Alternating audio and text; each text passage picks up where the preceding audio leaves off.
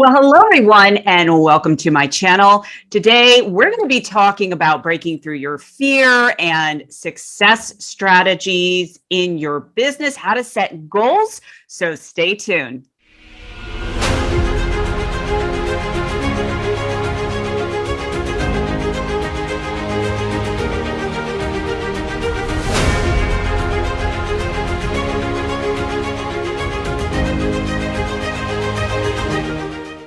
Okay, so welcome to my channel. I haven't done a video in a long time, but I am very excited to connect you with my guest today. I've got a very special guest, and I want to tell you a little bit about him. Our guest today left the bustling city of New York, his hometown, yearning for an adventure of global proportions.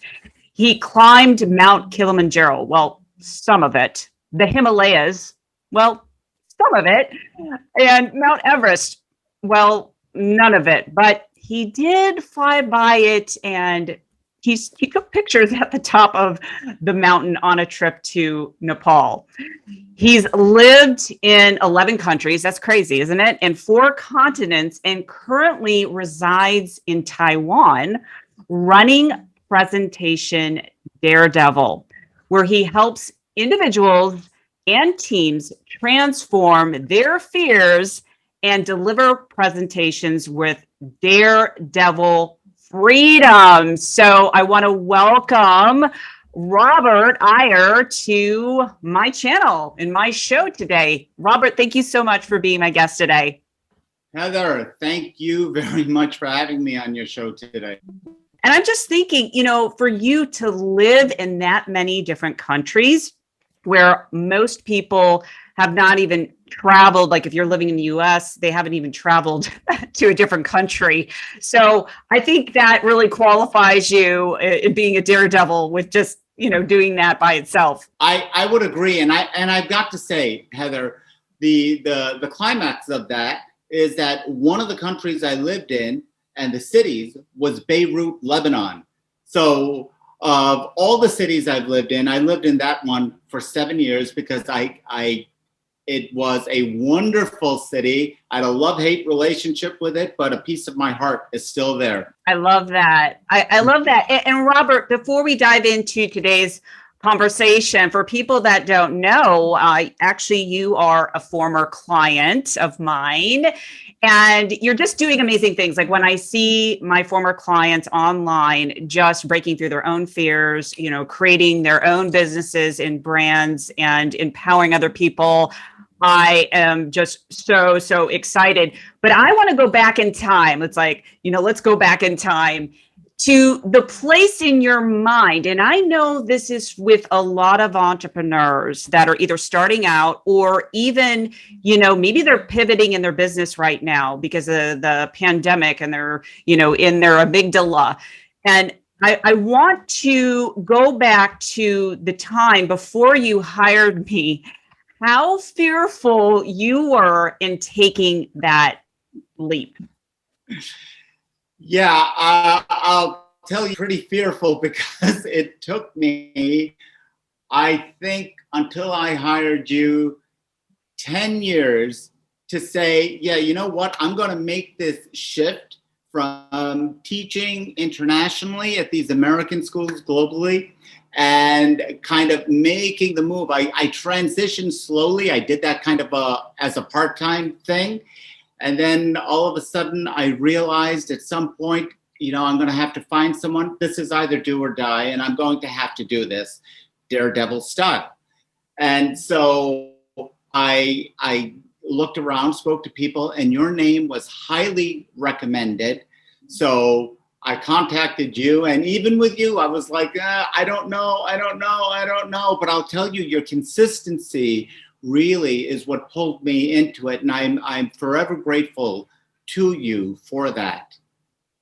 I love that. And I know working with you back then, really helping you to transition from that teacher's mindset to an entrepreneur, to a thought leader, like really shifting your paradigm. And when I'm working with clients, we work on shifting your identity. So what do you feel was the point of just kind of shifting and shedding that old teacher's mentality into your business when we started to work together? I remember when you landed that first big deal, but what was that point in your mind when things started to click? Yeah, it was during the course of that first big deal, and strangely enough, that happened like before we even completed our kind of agreement, and it was a short-term agreement. And as I was having these discussions with, let's call her Sharon, as I was having these discussions with Sharon, I would come back and I'd tell you what I'd say, and you'd say, why did you say that? How could you say that to her? You got to get out of this teacher mentality. What's wrong? You can't start thinking small. You got to start thinking big. And I wasn't used to that. I did think big, but in a different realm, but not in business. And as a result of that, as a result of this ongoing pounding, I remember one time you said to me, you come back without a contract on this, and I'm not going to continue coaching you any longer. And I have to tell you, I so appreciated the fact that you said that to me, because I would like go back and say, how am I going to speak to Sharon about this matter at this moment? And so we would meet at Starbucks once again. It would be these late night meetings always. And finally, I just kind of got her to agree that this was going to happen. It happened. I delivered a training to 10 doctors. I loved it because it was the first time in my life I got to say to doctors, 30 of them, I got to say to them, all my life, you guys have told me what to do. Today, you're going to listen to what I tell you to do. I love that. I love that. And what a total transformation. And I will tell you, those people that are watching this right now, I trust me, I don't do that with everyone. I push people in a way of where they're at. And I knew, Robert, I knew I could push you. I knew you had what it took to get to where you're at today. And I think that is really powerful, because being an entrepreneur, being a thought leader, it's not an easy thing, because you always go through challenges. You always have to go through that next level of fear. I constantly go through these evolutions of fear. I know in my business, I'm like thinking, I get in my head, I'm going, can I really do that? And I know after talking to and working with so many leaders like yourself, that those fears never go away. They just evolve to the next level. So if you're watching this right now and you're kind of scared, you're scared to, push past that sales goal or do your presentations, public speaking, which we're going to talk about in a couple minutes, that you just have to have the right mindset and tools. So let's go to talking about, why is it important, and some of the things that you have done when creating goals for yourself in your business. So I know when we worked together, I was holding you accountable. I would set those milestones for you, but I want to talk more specifically, because you've been very passionate about speaking and being involved in Toastmasters. What were some of the goals in your evolution with the speaking? I just want to clear up one thing, because I want to make sure people who are watching this do understand. You spoke to me in the way that you did, I'm not going to work with you, etc., because you and I had developed that kind of relationship with each other. And I'm sure with you, just as it is with me, it's different from client to client. You work within how far you could push them and what their breakthrough zone is, correct? Oh, absolutely. And I appreciate you saying that, because people might be watching this and going, I don't want to hire her because she's a big bad meanie. And I'm like, no. No, not at all. Not at all. You were great. Fantastic. So the question that you had left off with was my having to do with my experience at Toastmasters and my journey into speaking in public. Was that it? Yeah, we're talking about, a lot of times people don't know how to set goals in their business. And I want to drill it down, because your genius zone is helping people to break through their own fear and with presentations. So maybe someone right now is wanting to do videos, put themselves out on Facebook, give a presentation. They're so fearful because they've never started. I'm just kind of curious what your own journey was with your first presentation, and like how did you evolve that, just kind of setting goals for yourself, like in the beginning, how were you, and then getting to like what you felt was kind of this level of mastery. Okay, so I'm gonna take this from the time that you and I started together on this, when I made this decision. I do want people to know, however, that when I was teaching internationally, I started training people already at that time in public speaking, people in middle management. I was hired part-time to do things, and people would hire me as a coach here and there, but that wasn't the focus of my work. Now, the focus of my work required that I do this more frequently. So my journey actually started at that time with Toastmasters, because I needed to find an arena in which I could get up in front of people and say, all right, I'm going to feel this nervousness, I'm going to feel this fear, and it's going to be there, and I'm just going to come up and I'm going to do it. And period. I mean, whatever was up there, I had to just say showtime now and let's go.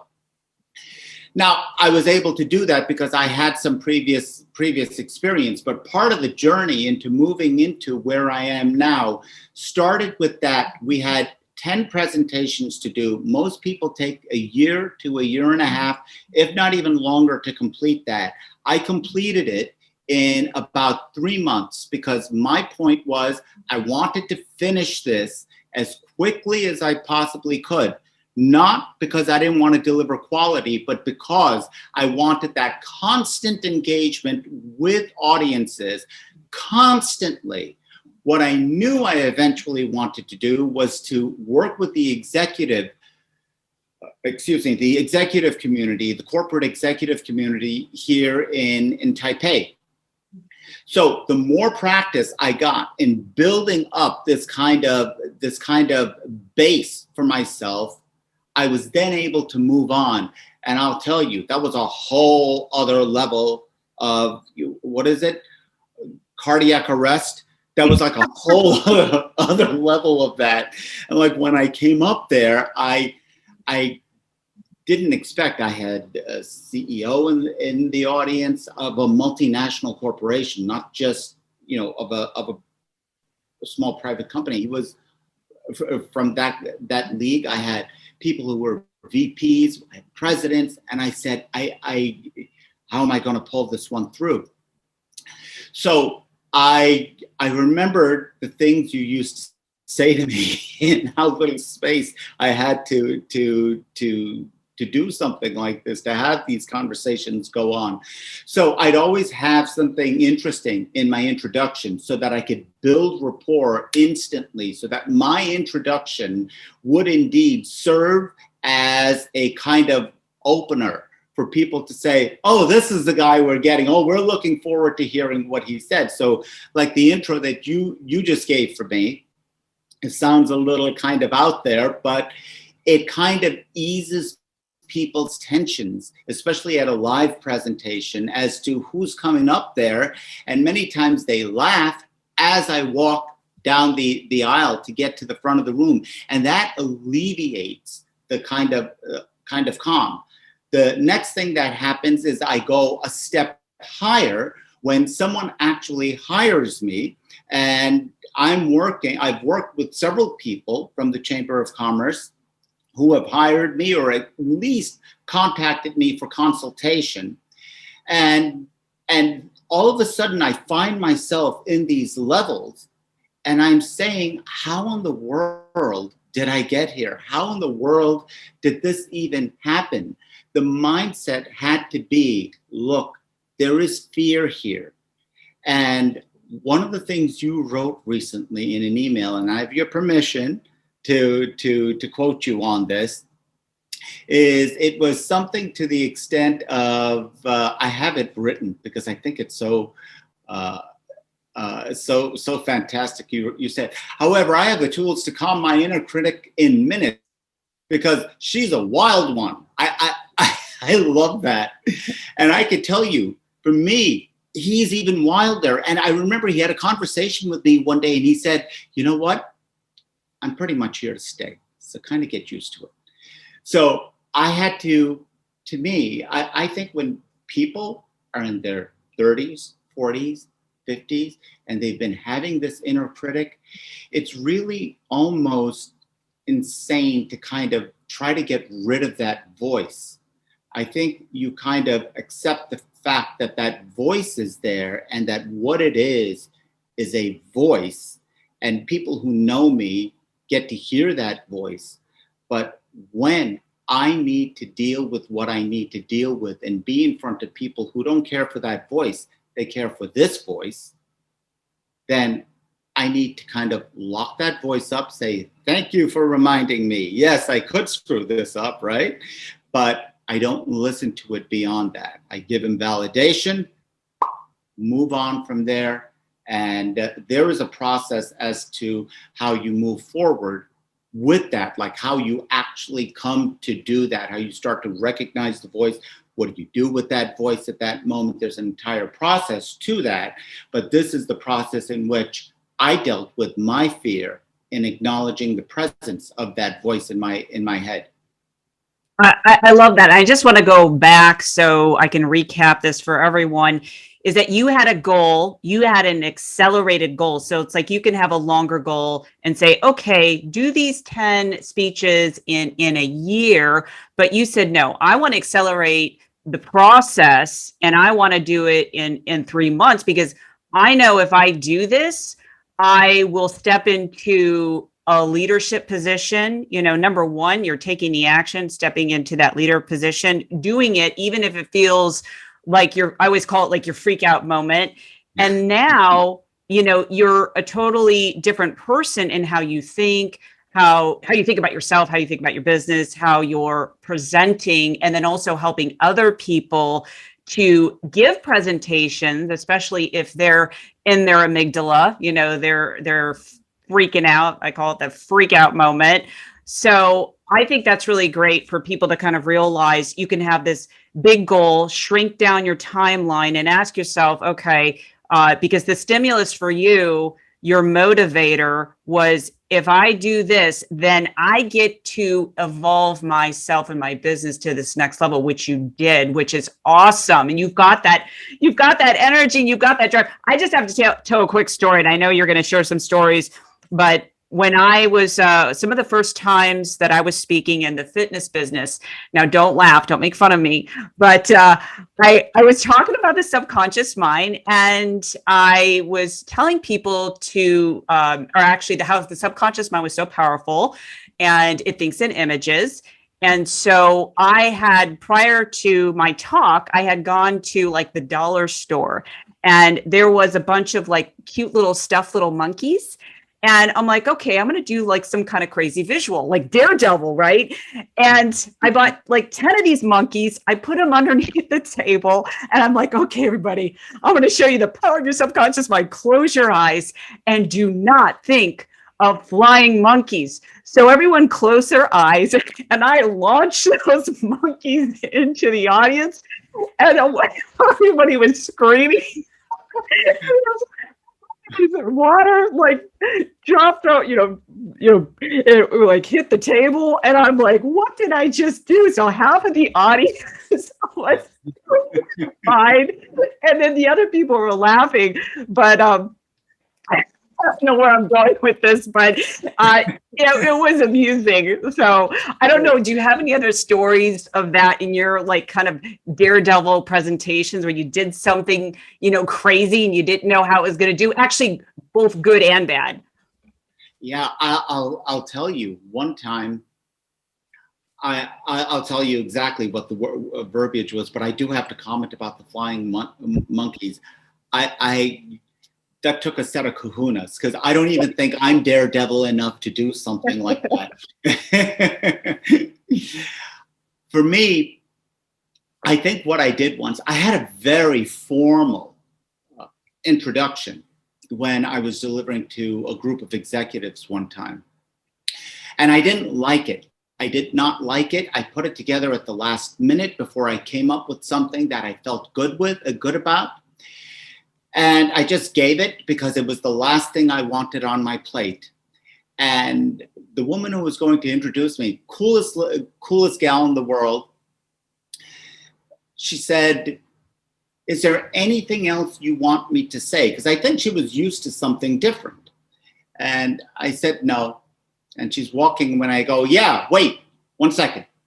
And my heart is racing, say, "Don't say this, don't say this, don't say this." I said, "Before you say my name, say very handsome and go up there and introduce me."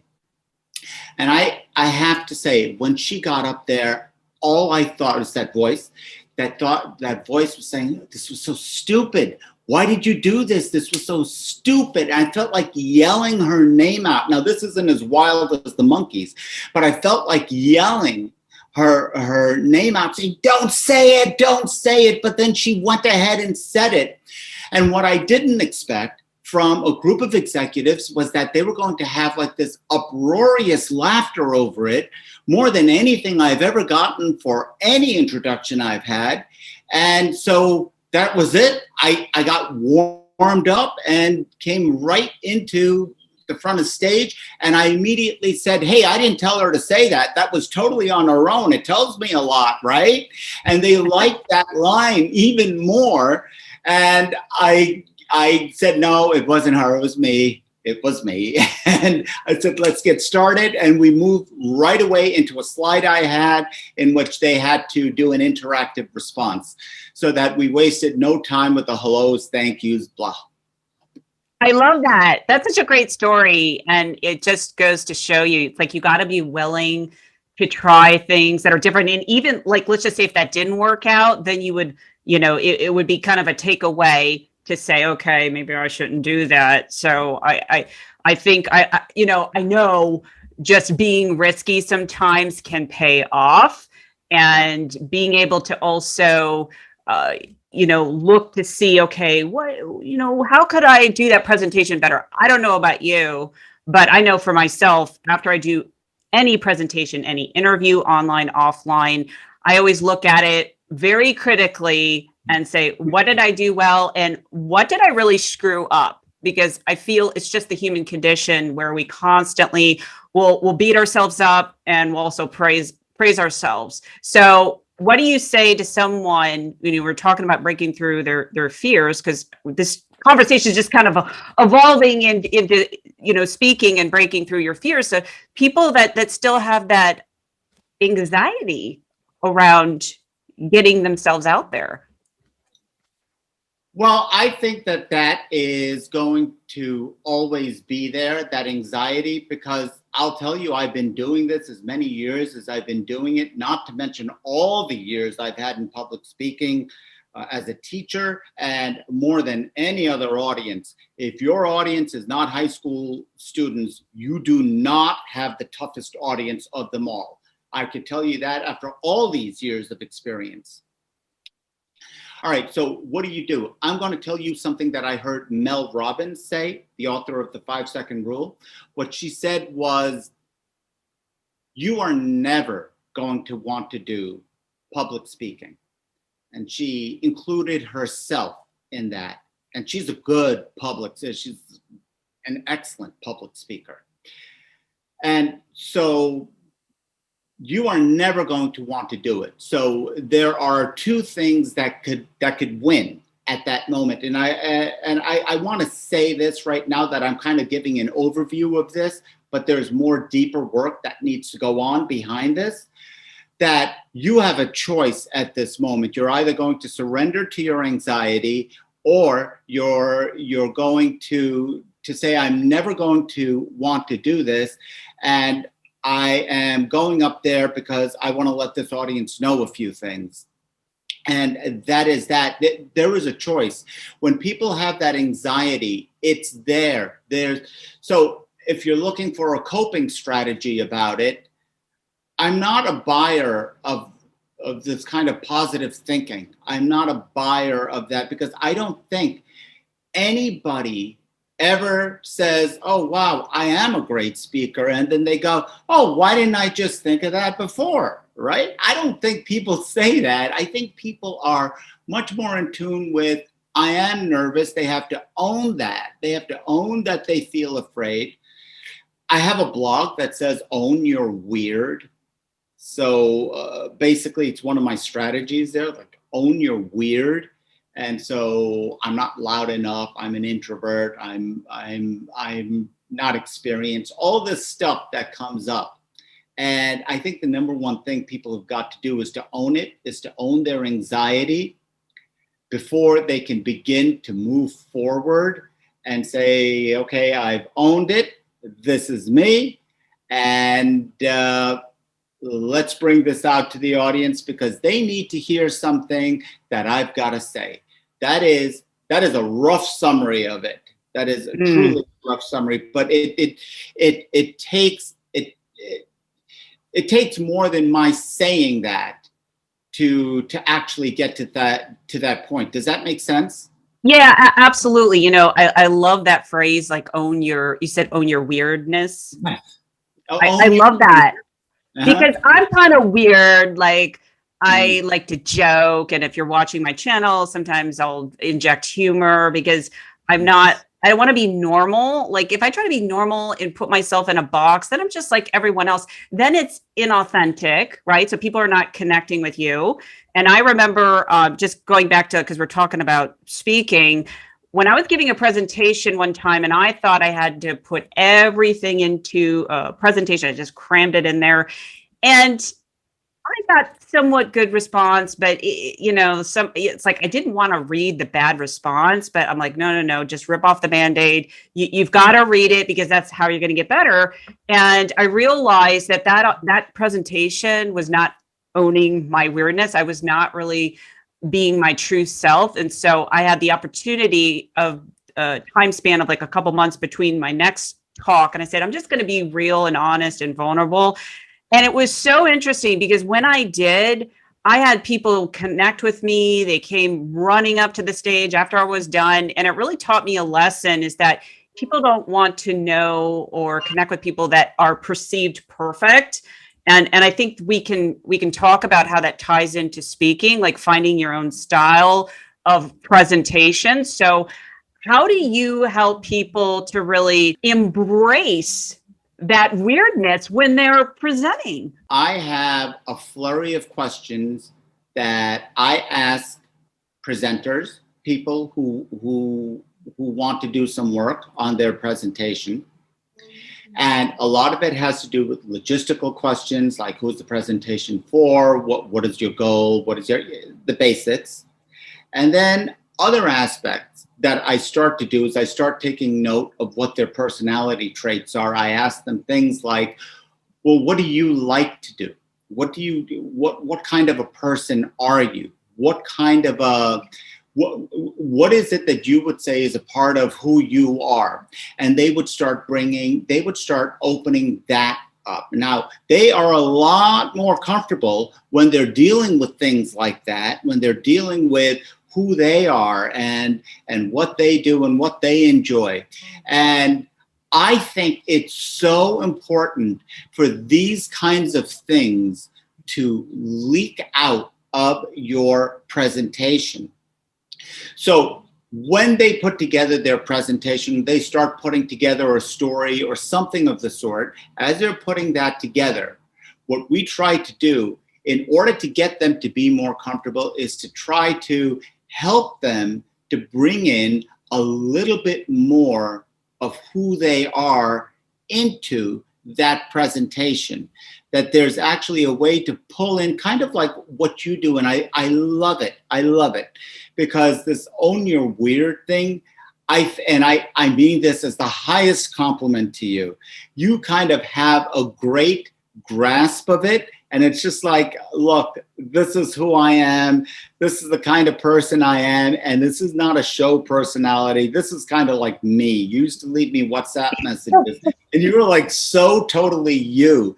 And I loved it. And I feel like if people could bring more of that in, like if they talk to an audience like they're talking to their friends, but on a certain professional scale with certain boundaries to the audience, that their fear begins to diminish, because their number one Mm, is to get their audience engaged, because when they get the yes. audience engaged, when they can get them speaking, then all of a sudden the onus is off of them. So my main thing is to get the audience engaged with the audience, with the presenter, to get the audience engaged within the first 5 seconds. You get them in 5 seconds. I got them in my intro. Okay. And then when I started, I got them in 3 seconds. There are strategies you could use. I mean, tons of strategies you could use to get the audience engaged in 5 seconds. And when they're engaged at start, they're more open as you move on, because you got immediate agreement from them, and you want more immediate agreement. I love that. So working with the audience on a psychological level, because we do as human beings have a very short attention span, especially with being digitized. You know, our brains are actually slower. And I do want to go back to that point where you were saying, you know, talking about me, because sometimes I have to be honest, like I'll do videos. I'm like, oh yeah, I want to put that thing in my video, but it's kind of weird. It's kind of goofy. I talk about chihuahuas. I talk about neuroscience. I'm like, how is anyone gonna like this? Because you know, I'm kind of weird. I will own that. And sometimes my fiance will be like, "Oh, you're broken," you know, because I am very goofy, like nonstop. You know, I don't even need any alcohol. I'm a big goofball, big nerd ball, a goofball and a nerd ball. Put that together, throw in a bunch of chihuahuas in there, and then you've got me. A little ounce of glam. So It is one of the very first things I noticed when I did the search for you, when your name was recommended, and I looked you up and I said, all right, that's unique. I like that. You know, when when I started this new website with this new branding, my very first blog was about my dog. And I think in the second blog, first of all, I tell an entire story about my dog Pups and how he kind of played a role in my naming the company.